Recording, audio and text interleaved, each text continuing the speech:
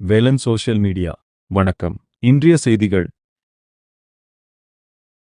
திருச்சி கிழக்கு உள்ளிட்ட 5 தொகுதிகளுக்கு இடைத்தேர்தல் அறிவிக்க தடை உயர் நீதிமன்றம் உத்தரவு. தேர்தல் வழக்குகள் நிலுவையில் உள்ள நிலையில் திருச்சி கிழக்கு, கரூர், விராலிமலை, பெருந்துறை, அம்பாசமுத்திரம் ஆகிய 5 தொகுதிகளுக்கு இடைத்தேர்தல் அறிவிப்பை வெளியிடக்கூடாது என தேர்தல் ஆணையத்துக்கு இடைக்கால தடை விதித்து சென்னை உயர் நீதிமன்றம் உத்தரவிட்டுள்ளது. முன்னதாக வேளச்சேரியில் திருமாவளவன் செய்தியாளர்களிடம் கூறியதாவது: விபத்தில் வன்முறைகளில் பலியானவர்களின் குடும்பத்தினருக்கு இழப்பீடு வழங்குவதையும் அடுத்த தலைமுறையினரை பாதுகாக்க அரசு பணி வழங்குவதையும் விசிக ஏற்கனவே வலியுறுத்தியுள்ளது. கட்சி சார்ந்து பார்க்காமல் பாதிக்கப்பட்டவர்களுக்கு அரசு உதவ வேண்டும் என்ற பார்வை முக்கியமானது. இதுபோன்று பாதிக்கப்பட்டவர்களுக்கு அரசு பணி வழங்கும் நடைமுறை நல்லது என கருதுகிறேன். இந்தோனேசியா, ஆஸ்திரேலியா பயணத்தை முடித்துக் கொண்டு பிரதமர் நரேந்திர மோடி 2 நாள் அரசுமுறை பயணமாக நியூசிலாந்தின் ஆக்லாந்து நகருக்கு நேற்று சென்றார். அந்த நாட்டு பிரதமர் கிறிஸ்டோபர் லக்சன் நேரியாக விமான நிலையத்துக்கு வந்த பிரதமர் நரேந்திர மோடியை கட்டியணைத்து உற்சாகமாக வரவேற்றார்.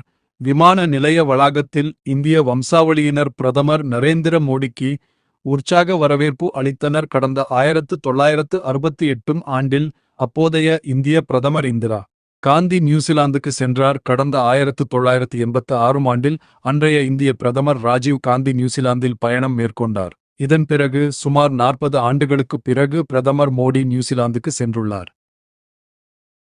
கரூர் நெரிசலில் உயிரிழந்தவர்களில் 5 பேர் குடும்பத்துக்கு அரசு வேலை இல்லை. கரூர் கூட்ட நெரிசலில் 36 குடும்பங்களை சேர்ந்த 41 பேர் உயிரிழந்த நிலையில் 31 பேரின் குடும்பங்களை சேர்ந்த தலா ஒருவருக்கு அரசு வேலையும் ஒருவருக்கு 10 லட்சம் கருணை தொகையும் வழங்கப்பட்டது. மீதம் உள்ள 5 குடும்பங்களில் மனைவி சுகன்யாவை இழந்த தெய்வேந்திரன் காவல்துறையில் பணியாற்றுவதாலும் மற்றொருவர் அரசு பணியில் உள்ளதாலும் ஒரு குடும்பத்தில் உள்ளவர்கள் 60 வயதுக்கு மேற்பட்டவர்கள் என்பதாலும் அவர்களின் குடும்பங்களில் யாருக்கும் அரசு வேலை வழங்கப்படவில்லை.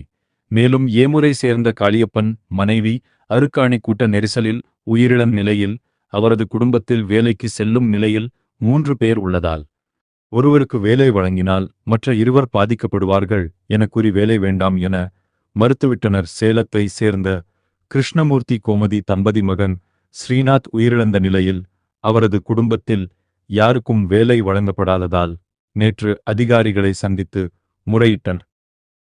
மகாராஷ்டிராவின் ராய்காட் பகுதியில் வெள்ளத்தில் எரிவாயு சிலிண்டரில் மிதந்து வந்த வீடியோ மக்கள் மத்தியில் அதிர்ச்சியை ஏற்படுத்தியது. இவற்றை வீடுகளுக்கு எடுத்துச் சென்று பயன்படுத்த வேண்டாம் என்று மாவட்ட நிர்வாகம் கேட்டுக் கொண்டுள்ளது. மகாராஷ்டிராவில் பெய்து வரும் கனமழை காரணமாக HPCL பாதாளகங்கா LPG சிலிண்டர் நிரப்பும் ஆலையின் பாதுகாப்பு சுவர் திடீரென இடிந்து விழுந்தது. இதனால் வெள்ள நீர் நேரடியாக ஆலைக்குள் புகுந்தது. இதன் விளைவாக ஆலை வளாகத்தில் வைக்கப்பட்டிருந்த சுமார் 3000 எரிவாயு சிலிண்டர்கள் வெள்ள நீரில் அடித்து செல்லப்பட்டது.